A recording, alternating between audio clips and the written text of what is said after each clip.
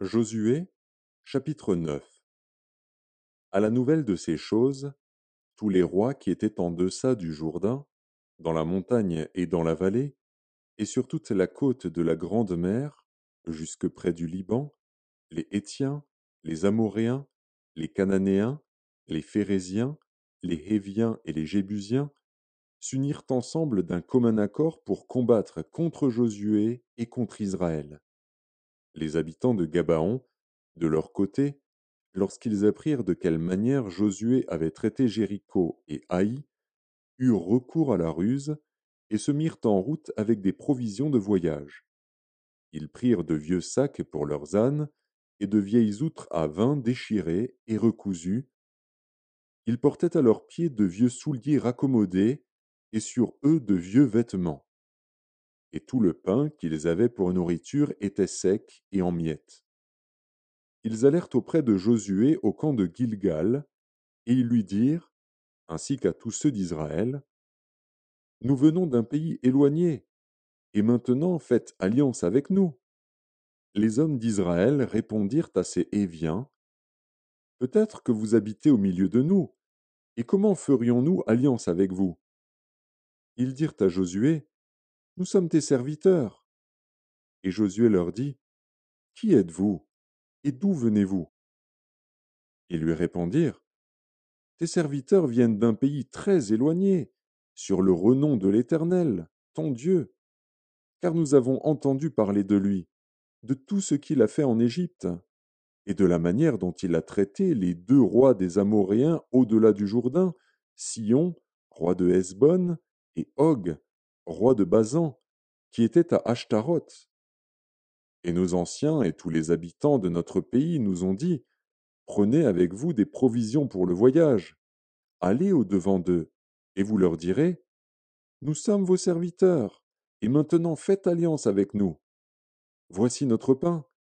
Il était encore chaud quand nous en avons fait provision dans nos maisons, le jour où nous sommes partis pour venir vers vous, et maintenant il est sec et en miettes. Ces outres à vin, que nous avons remplies toutes neuves, les voilà déchirées. Nos vêtements et nos souliers se sont usés par l'excessive longueur de la marche. Les hommes d'Israël prirent de leurs provisions, et ils ne consultèrent point l'Éternel. Josué fit la paix avec eux, et conclut une alliance par laquelle il devait leur laisser la vie, et les chefs de l'assemblée le leur jurèrent. 3 jours après la conclusion de cette alliance, les enfants d'Israël apprirent qu'ils étaient leurs voisins et qu'ils habitaient au milieu d'eux. Car les enfants d'Israël partirent et arrivèrent à leur ville le 3e jour. Leur ville était Gabaon, Képhira, Béhéroth et Kirjat-Jéarim. Ils ne les frappèrent point, parce que les chefs de l'assemblée leur avaient juré par l'Éternel, le Dieu d'Israël, de leur laisser la vie. Mais toute l'assemblée murmura contre les chefs. Et tous les chefs dirent à toute l'assemblée, nous leur avons juré par l'Éternel, le Dieu d'Israël, et maintenant nous ne pouvons les toucher. Voici comment nous les traiterons. Nous leur laisserons la vie, afin de ne pas attirer sur nous la colère de l'Éternel, à cause du serment que nous leur avons fait. Ils vivront, leur dirent les chefs. Mais ils furent employés à couper le bois et à puiser l'eau pour toute l'assemblée, comme les chefs le leur avaient dit. Josué les fit appeler, et leur parla ainsi.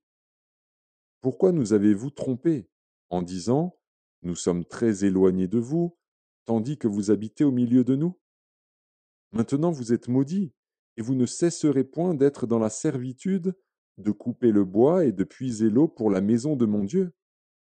Ils répondirent à Josué, et dirent, on avait rapporté à tes serviteurs les ordres de l'Éternel, ton Dieu, à Moïse, son serviteur, pour vous livrer tout le pays et pour en détruire devant vous tous les habitants, et votre présence nous a inspiré une grande crainte pour notre vie. Voilà pourquoi nous avons agi de la sorte. Et maintenant nous voici entre tes mains. Traite-nous comme tu trouveras bon et juste de nous traiter. Josué agit à leur égard comme il avait été décidé. Il les délivra de la main des enfants d'Israël, qui ne les firent pas mourir. Mais il les destina dès ce jour à couper le bois et à puiser l'eau pour l'assemblée, et pour l'autel de l'Éternel dans le lieu que l'Éternel choisirait, ce qu'ils font encore aujourd'hui.